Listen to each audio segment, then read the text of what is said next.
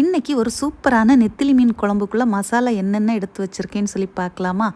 அந்த மசாலா அரைக்கிறதுக்கான தேவையான பொருட்கள் பார்த்திங்கன்னா, கொஞ்சமாக சின்ன வெங்காயம், சீரகம், மிளகு, ஓமம், வெந்தயம் வெறும் சட்டியில் வறுத்து 1/4 ஸ்பூன் எடுத்திருக்கேன். ஓகேவா. 2 ஸ்பூன் மல்லி, 2 ஸ்பூன் மிளகாய்த்தூள், 1/2 ஸ்பூன் மஞ்சள் தூள், கொஞ்சம் தேங்காய், ஒரு பெரிய சைஸ் பூண்டுங்கிறதுனால நான் 1 எடுத்துருக்கிறேன். சின்ன சைஸ்னால் ஒரு 2-3 பல் எடுத்துக்கோங்க. தேவையான புளி எடுத்து தண்ணியில் போட்டு வச்சுருக்கிறேன். இந்த ஓமம் வெந்தயம் வறுத்து எதற்காக வச்சுருக்கேன்னு பார்த்தீங்கன்னா, நெத்திலி மீன் கொஞ்சம் வாய்வு பிரச்சனை உண்டு, சரிங்களா. இதை நம்ம இந்த குழம்புல சேர்க்கும்போது நமக்கு வயிற்றுக்கு ரொம்ப நல்லது. இதை உங்களுக்கு வேண்டானா தாராளமாக ஸ்கிப் பண்ணிக்கோங்க. மீதி இருக்கிற மசாலா போட்டு கூட நீங்கள் அரைச்சி வச்சுக்கலாம், சரியா.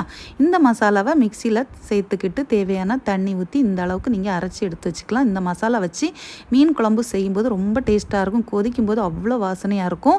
இந்த அரைச்ச மசாலாவை எப்படி மிக்ஸ் பண்ணுறதுன்னு சொல்லிட்டு இன்னொரு வீடியோ இந்த வீடியோக்குள்ளவே பின் பண்ணியிருக்கேன். செக் பண்ணி பார்த்துட்டு மறக்காமல்